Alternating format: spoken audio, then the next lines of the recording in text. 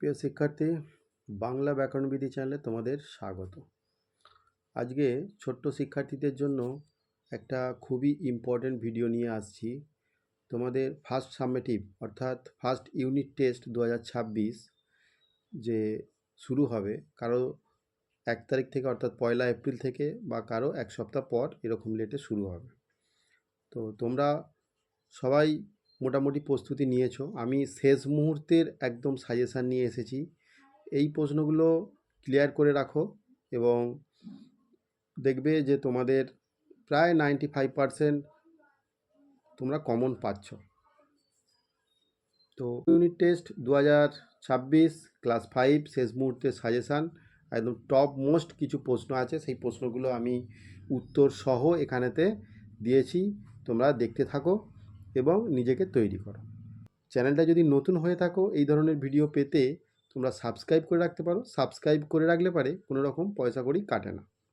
দেখো, প্রথমেই যে প্রশ্নটা আসছে, গল্প বুড়ো কবিতায় গল্প বুড়ো এখানে বুড়ো হয়ে গেছে, গল্প বুড়ো এসেছেন কখন, মানে কখন সে গল্প বুড়ো এসেছেন? শীতকালে। ঠিক আছে, তোমরা একদম যেগুলো 1 নম্বরের যে কোয়েশ্চেন সেইগুলো তোমরা এইভাবেই লিখবে। শীতকালে। দেখবি যদি জলদি আয়, জলদি শব্দের অর্থ কি? জলদি শব্দের অর্থ হলো তাড়াতাড়ি। তারপর 3 নম্বর, শীতের প্রখর প্রত্যুষে, প্রত্যুষ কথার অর্থ হলো ভোরবেলা। পাখির ডানার কেমন শব্দ শোনা যায়? না শ শ। একরকম হাঁসের নাম হলো বালি হাঁস। এখানে দিয়েছে দেখো 6-এর, ড্যাশ একটা বরফে ঢাকা নির্জন জায়গাতে আমাদের ড্যাশ একটা ঘাঁটি ছিল। তাহলে লাদাখের একটা লাদাখ এবং লাদাখে একটা বরফে ঢাকা নির্জন জায়গাতে আমাদের জওয়ানদের একটা ঘাঁটি ছিল। ঠিক আছে।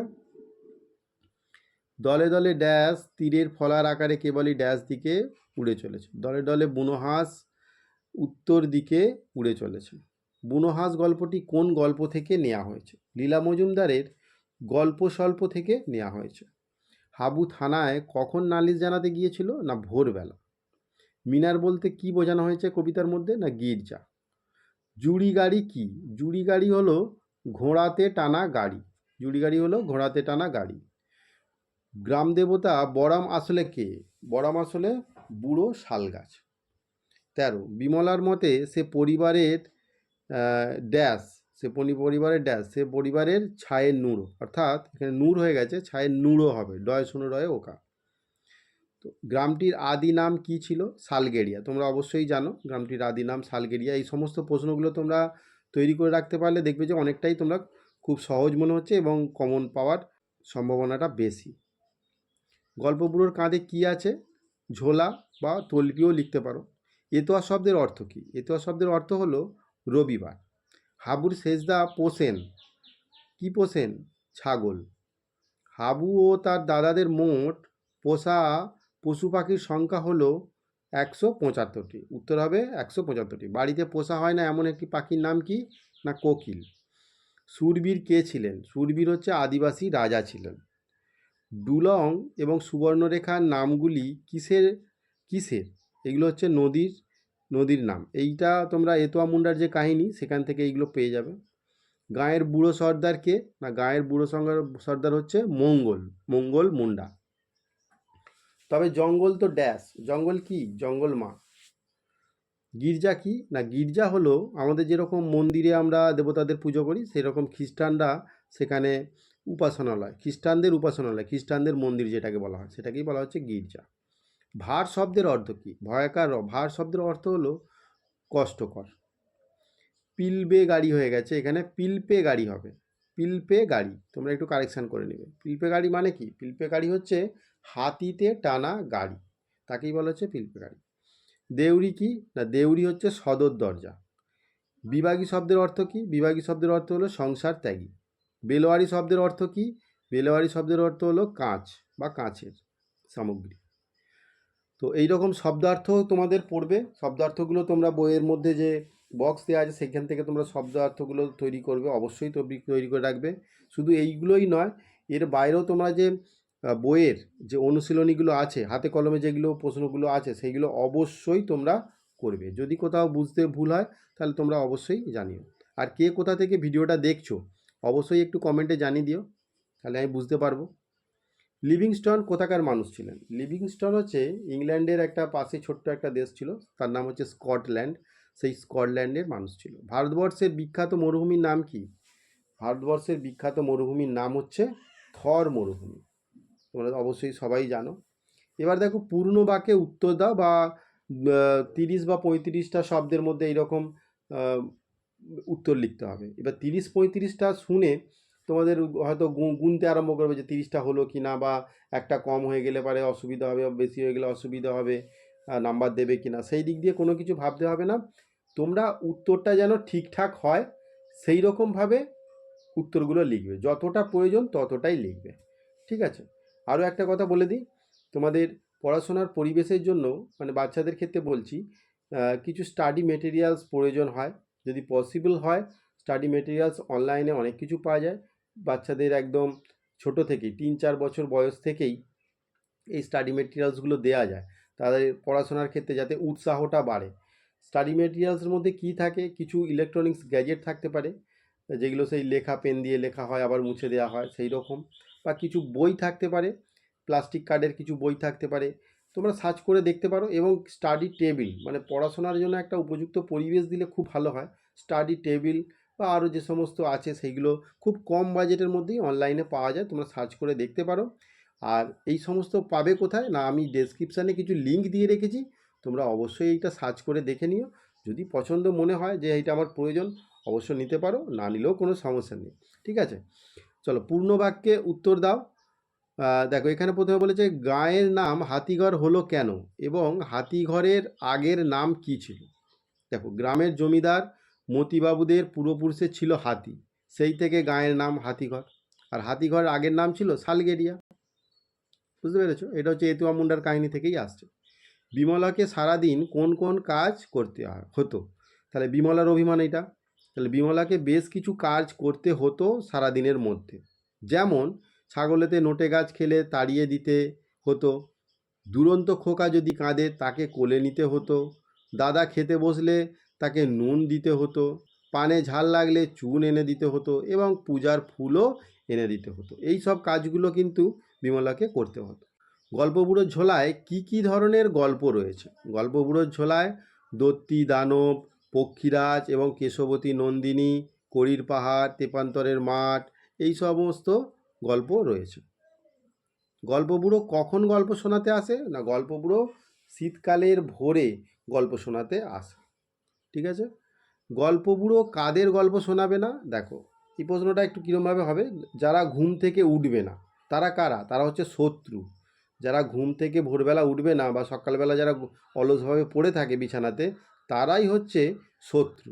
তাহলে সেই সব শত্রুদের গল্প শোনাবে না। তাহলে যারা ঘুম থেকে উঠবে না, অলসভাবে বিছানায় থাকবে, তারা হচ্ছে শত্রু, সেই সব শত্রুদের গল্প শোনাবে না। বুঝতে পেরেছ? জোয়ানদের ঘাঁটি কোথায় ছিল? তাই লাদাখের একটি নির্জন জায়গায় বরফে ঢাকা জোয়ানদের ঘাঁটি ছিল। জোয়ানরা কি কাজ করে তোমরা জানো? জোয়ান মানে হচ্ছে দেশের সেনাবাহিনী, তারা হচ্ছে বর্ডারেতে থাকে। আমাদের দেশের যে বর্ডার বা সীমানা থাকে, লাস্ট সীমানা, সেই সীমানায় তারা বিভিন্ন ধরনের যারা শত্রু বিভিন্ন দেশের, সেই পাকিস্তান থেকে হোক, চায়না থেকে হোক, বা নেপাল থেকে হোক, ওখান থেকে বিভিন্ন ধরনের যে শত্রুগুলো ইন্ডিয়াতে বা আমাদের দেশে সহজে প্রবেশ যাতে না করতে পারে, সেই গার্ড সেখানে তারা দিত, পাহারা দিত। তাহলে জওয়ানদের কাজ হলো, তোমরা যদি বলে যে জওয়ানদের কাজ কি, তাহলে লিখবে তোমরা দেশকে রক্ষা করাই হচ্ছে জওয়ানদের কাজ, ঠিক আছে? তাহলে জওয়ানদের কিভাবে দিন কাটতো? জওয়ানদের খুবই দেখো কষ্টে দিন কাটতো। ওই পাহাড়ের মধ্যে উঁচু জায়গায় বরফে ঢাকা, সমতলের সাথে কোনো কানেকশান নেই, এই রকম জায়গাতে জওয়ানদের কীরকমভাবে দিন কাটবে? দেখো লাদাখের বরফ ঢাকা একটা নির্জন জায়গায় জওয়ানদের ঘাঁটি ছিল, তোমরা জানো।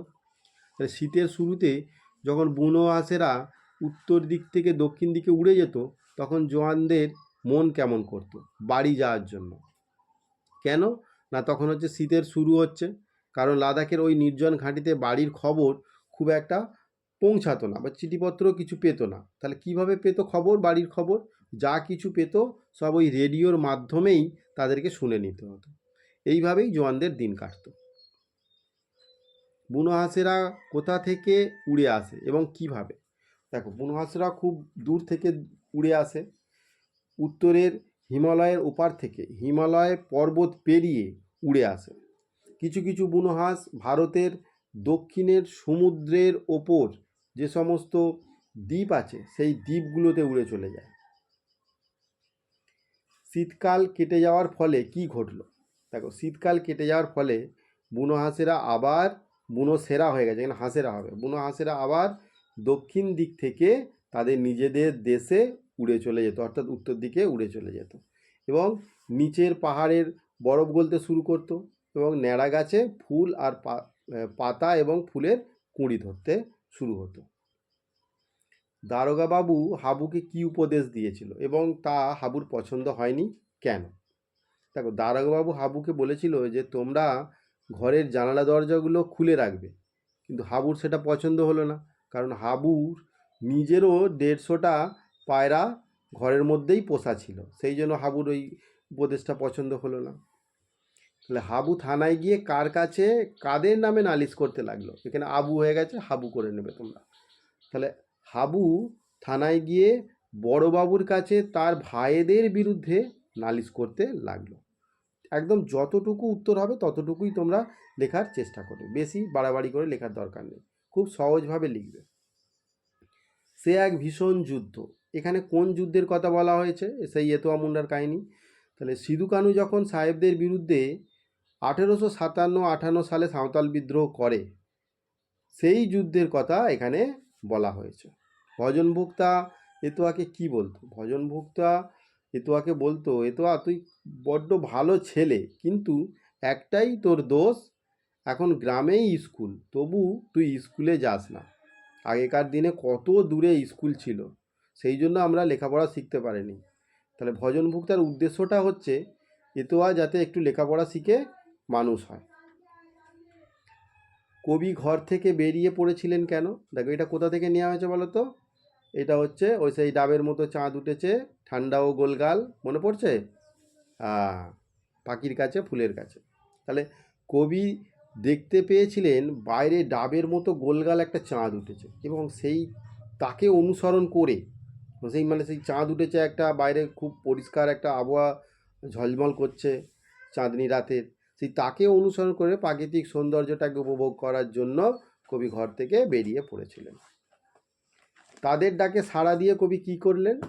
এখানে তাদের বলতে কাদের বোঝানো হয়েছে? আচ্ছা, এখানে একটা দুবার হয়ে গেছে, এখানে তাদের বলতে কাদের বোঝানো হয়েছে? তাদের বলতে ফুল, পাখি, দিঘির কালো জল, রক্তজবার ঝোপ ইত্যাদিকে বোঝানো হয়েছে। তাদের আবদারে কবি পকেট থেকে পদ্য লেখার ভাঁজ খুলে তাদের কবিতা শোনাতে লাগলো। ফরমাস কথার অর্থ কি? ফরমাস কে কাকে করত? এটাও বিমলার অভিমান। ফরমাস কথার অর্থ হলো আদেশ। এই ফরমাস বিমলার বাড়ির লোক বিমলাকে করত। বালক রবীন্দ্রনাথের ছুটির দেশ কি ছিল? বালক রবীন্দ্রনাথের ছুটির প্রধান দেশ ছিল খোলা ছাদ। পাঠ্যাংশে ওয়েসিসের প্রসঙ্গ কিভাবে এসেছে? ওয়েসিস কথার অর্থ হলো মরুদ্যান। তপ্ত মরুভূমিতে যদি কোথাও ওয়েসিস দেখা যায়, অর্থাৎ মরুদ্যান দেখা যায়, সেটাই স্বর্গের মতো অনুভূতি লাভ করে, মানে ঠান্ডা লাগবে, একটু আরাম পাবে, তাই তো? ঠিক সেই রকমই বালক রবীন্দ্রনাথের গরমকালে খোলা ছাদটা ছিল তপ্ত মরুভূমির মতো। আর